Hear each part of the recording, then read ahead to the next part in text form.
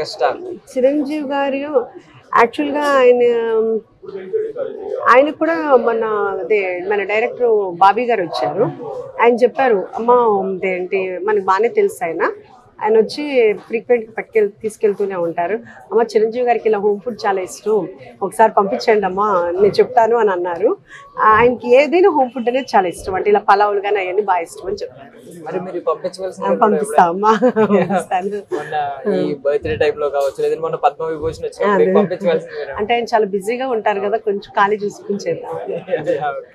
మీరు చిరంజీవి గారికి food item చెప్పలేదు? అదే చెప్పా కదా, ఆయన హోమ్లీ ఫుడ్ ఇష్టం అన్నారు.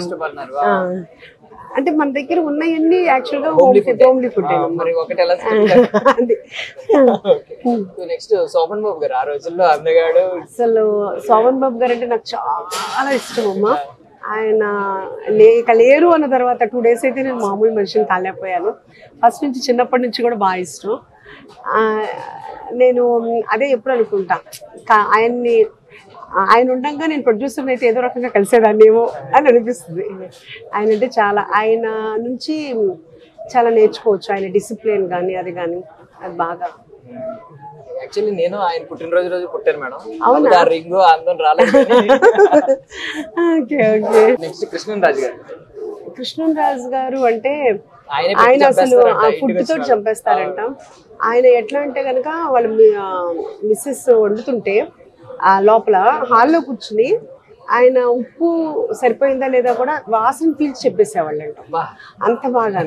ప్లస్ ఆయన నుంచి నేర్చుకునేది ఏంటంటే కనుక మనం అంత ప్రతి వాళ్ళని చిన్నవాళ్ళ దగ్గర నుంచి పెద్దవారి వరకు కూడా అందరికి చాలా ప్రేమతో భోజనం పెట్టేవాళ్ళంట.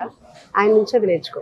మరి ప్రభాస్ గారి షూటింగ్స్ ఇక్కడ అవుతూ ఉంటాయి, ఇప్పుడు మన అల్యూమినియం ఫ్యాక్టరీలో కావచ్చు, హైదరాబాద్ లో. మీరు ఎప్పుడన్నా ఒకసారి క్యారేజ్ పంపించచ్చు, ఎందుకంటే ఆయన అందరికి పంపిస్తూ ఉంటారు. అసలు ఆయనకి పంపించేంత టౌన్ మనం కాదమ్మా, వాళ్ళ ఫుడ్ రేంజే వేరు అసలు.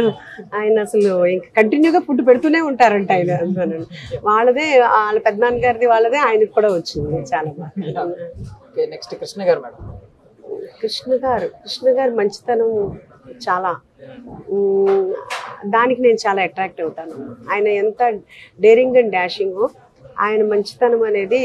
ఎందుకంటే ఎంతో మంది ప్రొడ్యూసర్స్ ఆయన వలన, ఆయన సినిమా ఇదైన తర్వాత మళ్ళీ ఒకవేళ ఫ్లాప్ అయితే కనుక ఆయన వెంటనే డేట్స్ ఇచ్చేసి చేయించుకునేవాళ్ళంట. ఆయన దగ్గర నుంచి ఆ మంచితనం నేర్చుకోవాలి. అంటే నేను ఫుడ్గా చెప్పలేను, ఒక్కొక్కళ్ళ క్వాలిటీ చెప్పమంటే మాత్రం నేను వాళ్ళ నుంచి ఇన్స్పైర్ అయ్యి ఎవ్రీ టైం అనుకునేది ఏంటంటే ఆయన మంచితనమే ఆయన పిల్లలకు కలిసి వచ్చింది. మహేష్ బాబు గారు అంత మంచి, ఆయన దగ్గర మహేష్ బాబు గారు మంచి ఉంది, కానీ అంత సక్సెస్ అయిందంటే ఆయన మంచితనమే ఆయన మహేష్ బాబు గారు కలిసి వచ్చింది.